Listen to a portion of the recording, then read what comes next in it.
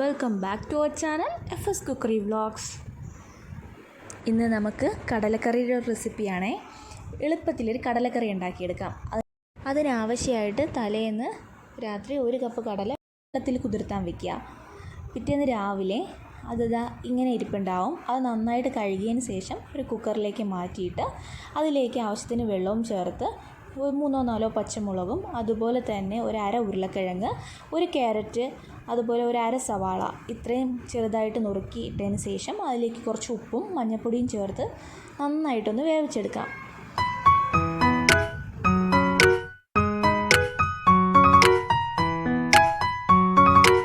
ഞാനിവിടെ 6 വിസിൽ കേൾപ്പിച്ചിട്ടാണ് ഈ ഒരു പരുവത്തിനായി കിട്ടിയത്. ഇത് നന്നായിട്ട് വെന്തിട്ടുണ്ട്. ഇതിന് ശേഷം നമുക്ക് വേറൊരു പാൻ അടുപ്പിലോട്ട് വെച്ചിട്ട് കുറച്ച് വെളിച്ചെണ്ണ ഒഴിച്ച് അതിലേക്ക് കുറച്ച് കറിവേപ്പിലയും കൂടി ഇട്ട് കൊടുക്കുക. അതിനുശേഷം കുറച്ച് വെളുത്തുള്ളിയും ഇഞ്ചിയും കൂടെ ചതച്ച് ചേർത്തിട്ട് നന്നായിട്ടൊന്ന് മൂപ്പിച്ചെടുക്കുക. മൂപ്പിച്ചെടുത്തതിലേക്ക് ഒരു അര സവാളയും കൂടി അരിഞ്ഞത് ചേർത്ത് കൊടുക്കണം. എന്നിട്ടൊന്ന് വാട്ടിയെടുക്കണം. ഈ വീഡിയോ ഇഷ്ടമാണെങ്കിൽ സബ്സ്ക്രൈബ് ചെയ്യാനും ലൈക്ക് ചെയ്യാനും ഷെയർ ചെയ്യാനും മറക്കല്ലേ. സവാള ഒന്ന് വാടി വരുമ്പോഴത്തേനും നമുക്ക് പൊടികൾ ചേർത്ത് കൊടുക്കാം. അതിനായിട്ട് ഗരം മസാല, അതുപോലെ തന്നെ മഞ്ഞൾപ്പൊടി, മുളക് പൊടി, മല്ലിപ്പൊടി, ഇത്രയും പൊടികൾ ചേർത്ത് അതിൻ്റെ പച്ച സ്മെല്ല് മാറുന്നത് വരെ നന്നായിട്ടൊന്ന് മൂപ്പിച്ചെടുക്കണം. നന്നായിട്ട് ഈ മസാല മൂത്ത് വരുമ്പോൾ അതിലേക്ക് ഒരു തക്കാളിയും കൂടെ ആഡ് ചെയ്ത് കൊടുക്കാം. ഇതിൻ്റെ എല്ലാം കറക്റ്റ് അളവ് ഞാൻ ഡിസ്ക്രിപ്ഷനിൽ കൊടുക്കാവേ.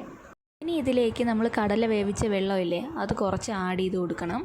എന്നിട്ട് ഈ തക്കാളി നന്നായിട്ട് വേവിച്ചെടുക്കണം. ഈ തക്കാളി നന്നായിട്ട് വെന്തെന്ന് ഉറപ്പ് വരുത്തിയതിന് ശേഷം മാത്രമേ നമുക്ക് വേവിച്ച് വെച്ച കടല ഇതിലോട്ട് ആഡ് ചെയ്ത് കൊടുക്കാൻ പാടുള്ളൂ. നമുക്ക് എത്രയാണോ കറി വേണ്ടത് അത്രയും വെള്ളവും കൂടി ചേർത്ത് കൊടുക്കാം. കടല വേവിച്ച വെള്ളം തന്നെ മതിയാവും. ഇനി നമുക്ക് അതിൽ നിന്ന് കുറച്ച് കടല എടുത്ത് മാറ്റിയതിന് ശേഷം മിക്സിയിലിട്ടൊന്ന് അരച്ചെടുക്കുക. അരച്ചെടുത്ത ആ പേസ്റ്റ് ഈ ഒരു കറിയിലേക്ക് മിക്സ് ചെയ്ത് കൊടുത്ത് നന്നായിട്ട് ഇളക്കിയെടുക്കുക. അപ്പോൾ കറിക്ക് നല്ല കൊഴുപ്പ് കിട്ടും.